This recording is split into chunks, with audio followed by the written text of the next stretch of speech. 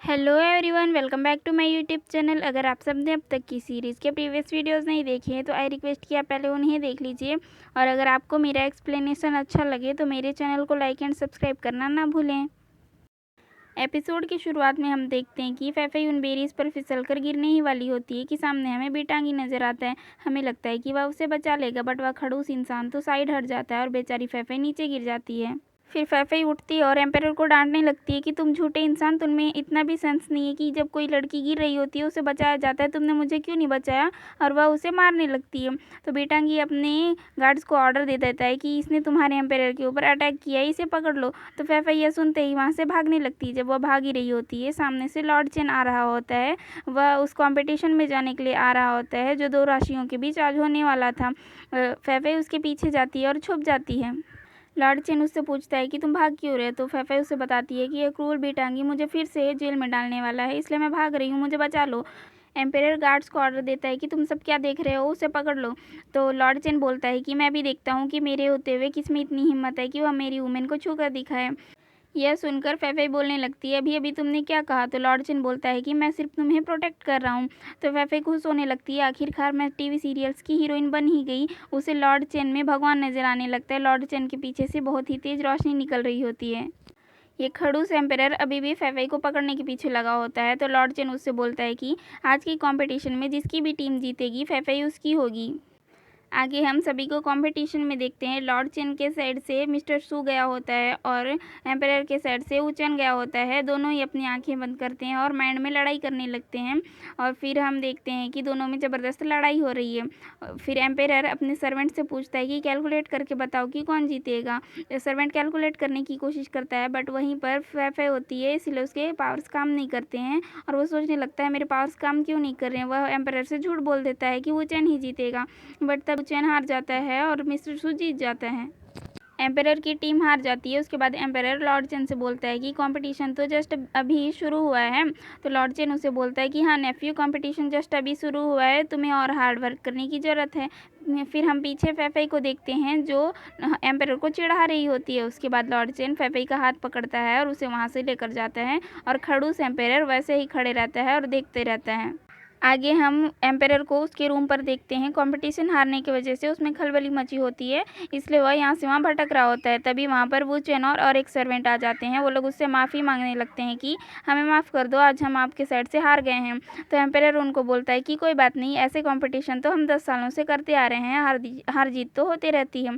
फिर तभी वहाँ पर फैंग और एक और सर्वेंट आ जाते हैं। फैंग उसे बताता है कि इपिचूस जेल तोड़कर भाग गए हैं और वो लोग जाते जाते जेल के सारे कैदियों को भी अपने साथ लेकर गए हैं। तो बीटांगी उन्हें डांटने लगता है कि तुम लोग कैसा काम करते हो, तुम लोग उन्हें भागने कैसे दे दिए। उसके बाद वह बोलता है कि ठीक है, कोई बात नहीं, अगर वो लोग भाग गए हैं तो कोई बात नहीं, फिर अब तुम लोग जाओ और उन्हें पकड़ कर लेके आओ। तो वो लोग सारे लोग उसके साइड देखने लगते हैं। उसके बाद वो चैन उसे धीरे से बताता है कि मिलिट्री पावर तो लॉर्ड चेन के पास है, उसके ऑर्डर के बिना हम कुछ नहीं कर सकते।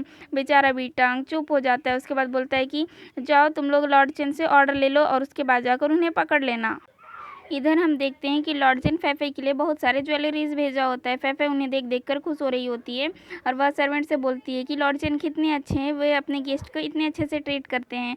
तो वह सर्वेंट उसे बताती है कि लॉर्ड चेन ने पहली बार किसी लड़की को ज्वेलरीज गिफ्ट किए हैं। इधर हम लाइब्रेरी में मिस्टर चू और लॉर्ड चेन को देखते हैं। मिस्टर चू लॉर्ड चेन से बोलता है कि फैफई तुम्हारे लिए बहुत ही इंपॉर्टेंट है ना, आज तुमने उसके लिए एम्पायर से भी चैलेंज कर लिया था। तो लॉर्ड चेन स्माइल करने लगता है। तो मिस्टर शू बोलता है कि उसकी बातें करने पर भी तुम स्माइल करने लगे हो, तो अब तो मुझे उससे मिलना ही पड़ेगा। आगे फैफई वहीं से गुजर रही होती है। तो मिस्टर शू उससे बोलता है कि फैफई मेरे पास बहुत ही एक्सपेंसिव और स्पेशल टी है, क्या तुम उसे पीना चाहोगी। तो फैफई वहाँ पर आ जाती है। तो मिस्टर शू उसे टी देता है। फैफई उसे पीकर बोलती है कि मुझे इस टी में और नॉर्मल टी में कोई भी फ़र्क नहीं फील हुआ, बट यह इतनी एक्सपेंसिव है इसलिए मैं इसे पूरी पीऊँगी। लॉर्ड चेन वहीं बैठकर स्माइल कर रहा होता है। वो ये दोनों ही बात कर रहे होते हैं और लॉर्ड चेन चुपचाप सुन रहा होता है। फैफई के इस आंसर को सुनकर मिस्टर सू से बोलने लगता है कि इसका मतलब तुम्हारे लिए मनी ही ज़्यादा मैटर करता है। तो फैफई बोलती है कि नहीं, मेरे लिए लॉ ज़्यादा मैटर करता है। तो यह सुनकर लॉर्ड चेन और भी शाय फील करने लगता है और वह स्माइल कर रहा होता है। मिस्टर सू उससे बोलता है कि क्या तुमने कभी ऐसी बात सुनी है कि टैलेंट गॉड गिफ्टेड होता है? तो फेफे बोलती है, हाँ मैंने सुना है। तो मिस्टर शू उसे बताता है कि मुझे 100 से भी ज़्यादा लैंग्वेजेस आते हैं, मैं सभी की लैंग्वेजेस को समझता हूँ। तो फेफे उसे दूर बैठे कौवे को दिखाकर बोलती है कि ठीक है, बताओ उस कौवे ने क्या कहा है। वह डेली मेरे डोर पर आता है और काव काव करते रहता है। मिस्टर शू उसे जानने की कोशिश करता है, बट फेफे सामने बैठी होती है, इसलिए उसके पास काम नहीं करते हैं। तो फेफे बोलती है कि तुम झूठ बोल रहे थे, और फिर वहाँ से उठकर वह चली जाती है। फिर मिस्टर चू और लॉर्ड सिन बातें करने लगते हैं कि शायद फेफई के पास ऐसे पावर्स है जिसकी वजह से हमारे पावर्स काम करना बंद कर देते हैं, बट शायद फेफई को अभी तक इसके बारे में पता नहीं है। आगे हम देखते हैं कि फेफे सोए सोए कुछ खा रही होती है, तभी वहाँ पर एक छोटा सा हाथ आता है और उसके खाना को चुरा लेता है। फेफे देखती है कि उसका खाना कहाँ गया, फिर वह देखती है कि वही छोटा बच्चा वहाँ से खाना चुरा रहा है। फेफे उसे बाहर आने के लिए बोलती है, बट वह बच्चा डर जाता है और वहाँ से भागने लगता है। फेफे भी उसका पीछा करने लगती है। बच्चा वह उसी दीवार के छोटे छेद से बाहर चला जाता है, तो फेफे भी उस दीवार पर चढ़ जाती है और वह दीवार के दूसरे साइड उतरने की कोशिश करती है। वह उस बच्चे के ग्रैंडफादर के सिर पे पैर रखकर दूसरी साइड उतर जाती है। फिर फेफई उन दोनों से बोलने लगती है कि तुम दोनों चोर, मेरे नाइट स्नैक्स वापस करो और बताओ तुम दोनों कौन हो। तो फिर वह ओल्ड मैन डरते डरते उसे बोलता है कि हम दोनों ओपिच्यूज हैं। फेफई उनसे बोलती है कि सारे ओपिच्यूज इतने पुअर होते हैं कि ऐसे कपड़े पहने रहते हैं। तो वह ओल्ड मैन उसे बताता है कि हम पुअर नहीं हैं, हम ऐसे सिंपल रहना पसंद करते हैं, इसीलिए ऐसे ड्रेस पहनते हैं। फिर वह ओल्ड मैन फेफे को बताता है कि तुम भी एक ओपिचू है।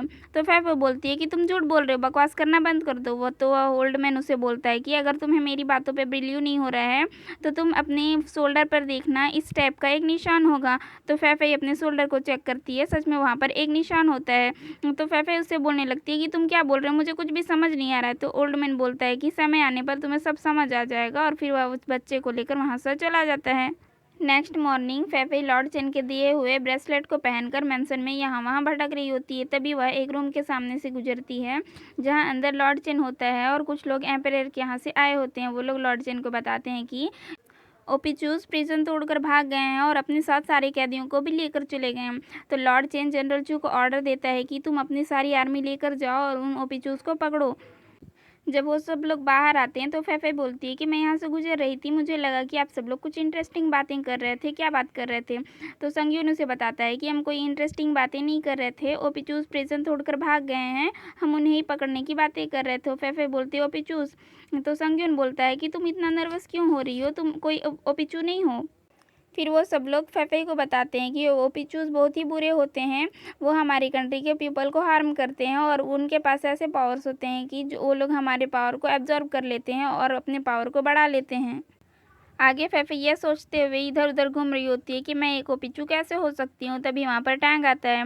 तो फेफे उसे बोलती है कि बिग वाइटी तुम यहाँ क्या कर रहे हो। तो टैंग उसे बोलता है कि मैं अंकल से मिलने आया हूँ। बट फेफे उसे बोलती है कि लॉर्ड चेन तो अभी मीटिंग में बिजी हैं।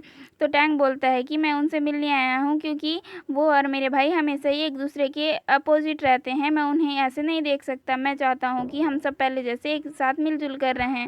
फिर वह फेफई को एक लेटर देता है और बोलता है कि जब लॉर्ड चेन अकेले रहेंगे तभी इस लेटर को लॉर्ड चेन को देना, और फिर वह वहाँ से चला जाता है। आगे हम जनरल चू को देखते हैं। जब वह जा रही होती है उसे एक ब्लैक ड्रेस वाला अटैकर देख रहा होता है कि उस पर अटैक करने ही वाला होता है कि तभी वहाँ पर वो चैन आ जाता है। वह बोलता है कि डली मैं आ गया। जनरल उसे डांटने लगती है कि तुम फिर से क्यों आ गए, मैंने तुमसे कहा था ना कि मेरा पीछा मत करना। तो वो चैन उससे बोलता है कि मैं तुमसे नहीं तुम्हारे मास्टर से मिलने आया हूँ। तो वह बोलती है कि लॉर्ड चेन के पास बिल्कुल भी टाइम नहीं है, तुमसे बिल्कुल नहीं मिलेंगे। तो वह सड़ा समूह बनाता है और बोलता है कि मैं गेम में हार गया, मुझे कोई भी कंफर्ट नहीं कर रहा है, क्या तुम मुझे कंफर्ट नहीं करोगे। तो जनरल चू से बोलती है कि मैं भी तो गेम में हार गई हूँ, अब तो मैं दोबारा से पार्ट भी नहीं ले सकती, तो मुझे कौन कंफर्ट करेगा। तो वो चैन उसे बोलता है कि ठीक है मैं तुम्हें कंफर्ट करूँगा, इस तरह से हम दोनों अपने मैरिज के एक स्टेप और पास आ जाएंगे। तो वह उसे डांटने लगती है कि मैंने तुमसे कहा ना मुझे तुमसे शादी नहीं करनी है। वह बोलता है कि ये शादी तो हमारे फादर्स ने फिक्स की थी। तो डाली बोलती है कि मुझे उन सबसे कोई मतलब नहीं है, वैसे भी वो दोनों मर के ऊपर जा चुके हैं, अब तुम्हें भी उनके पास जाना है तो बताओ, मैं तुम्हें उनके पास पहुंचा दूंगी। उसके बाद वो वहाँ से जाने लगती है। जब जनरल जा रही होती है तो वुचेन और जनरल एक दूसरे के पीछे मुड़े होते हैं। वुचेन उससे बोलता है कि तुम कुछ भी बोलो, मैं तुम पर गिव अप नहीं करूंगा उन दोनों के बीच। तभी वह अटैकर आ जाता है। वुचेन सोचता है कि अडाली का हाथ है और वह अटैकर का हाथ पकड़ने लगता है। फिर वो दोनों पीछे मुड़कर देखते हैं कि वहाँ पर तो वह अटैकर है। फिर वो दोनों उसे पकड़ने के लिए दौड़ाने लगते हैं। आगे हम देखते हैं कि फेफे एक जगह पर बैठी होती है। वहीं पर मिस्टर चू और लॉर्ड चेन आ जाते हैं। फिर लॉर्ड चेन फेफे को देखता है कि उसने सारे ज्वेलरी एक साथ पहन रखे हैं, तो वह उससे पूछता है। तो फेफे बोलती है कि सारे ज्वेलरी अगर मेरे पास रहेंगे तो ये सुरक्षित रहेंगी, इसलिए मैंने सारे ज्वेलरी एक साथ पहन रखी है। फिर उसके बाद फेफे उसे वह लेटर देती है जो टैंग ने उसे दिया था। आगे फेफे जब मार्केट से जा रही होती है, एक चोर की नज़र फेफे की ज्वेलरी पर पड़ती है। वह चोर फेफे के हाथ से ब्रेसलेट को चुराकर भागने लगता है। फेफे भी उसका पीछा करने लगती है। वह भागते भागते एक टनल टाइप से किसी जगह पर पहुंच जाती है। फिर वह वहां पर देखती है कि बहुत सारे मास्क वाले पर्सन्स बैठे हुए हैं। वह उनकी बातें सुनने लगती है। वो लोग बात कर रहे होते हैं कि हम सब जेल तोड़कर भाग गए हैं, बट बिना खाना और बिना पानी के हम कितने दिन ऐसे रहेंगे, हम अभी यहाँ पर सुरक्षित नहीं है। वैसे भी लॉर्ड चिन के ऑर्डर से सारे सैनिक हमें ढूंढ रहे हैं, हमें यहाँ से बाहर चले जाना चाहिए। उसके बाद वो लोग बात करने लगते हैं कि कल एम्परर घाटी के पास जाने वाला है, हमें उसे वहाँ घेर कर वहीं पर मार देना है। ये सब बताने के लिए फेफे दौड़ते दौड़ते लॉर्ड चिन के मैंशन में जाती है और एक सर्वेंट से पूछती है कि लॉर्ड चिन कहाँ पर है। तो वह सर्वेंट बोलती है कि मुझे नहीं पता लॉर्ड चिन कहाँ पर है। आगे हम उन्हीं अटैकर्स को देखते हैं जो मार्केट में दौड़ रहे होते हैं। उन्हें देखकर सारे लोग डर जाते हैं और इधर उधर भागने लगते हैं। तभी उनके सामने जनरल चू आ जाती है। जनरल चू उन सबसे लड़ाई करने ही वाली होती है। तभी ऊपर से वो चैन बोलता है कि ब्यूटी को बचाने के लिए हीरो इधर है। उसके बाद वह बहुत ही स्टाइल से नीचे उतर रहा होता है। जब वो चैन नीचे उतर रहा होता है, उन ओपीचूज में से एक ओपीचू के शोल्डर का वह मार्क शाइन करने लगता है और वो चैन के पावर्स काम करना बंद कर देते हैं। वह नीचे धड़ाम से गिर जाता है। ये सब देखकर जनरल चू सोचने लगती है कि इसका कुछ भी नहीं हो सकता। उसके बाद जनरल चू उन सबसे लड़ाई करने लगती है। वो सबको बहुत अच्छे से मारती है। उसके बाद वो सारे अटैकर्स वहाँ से भाग जाते हैं।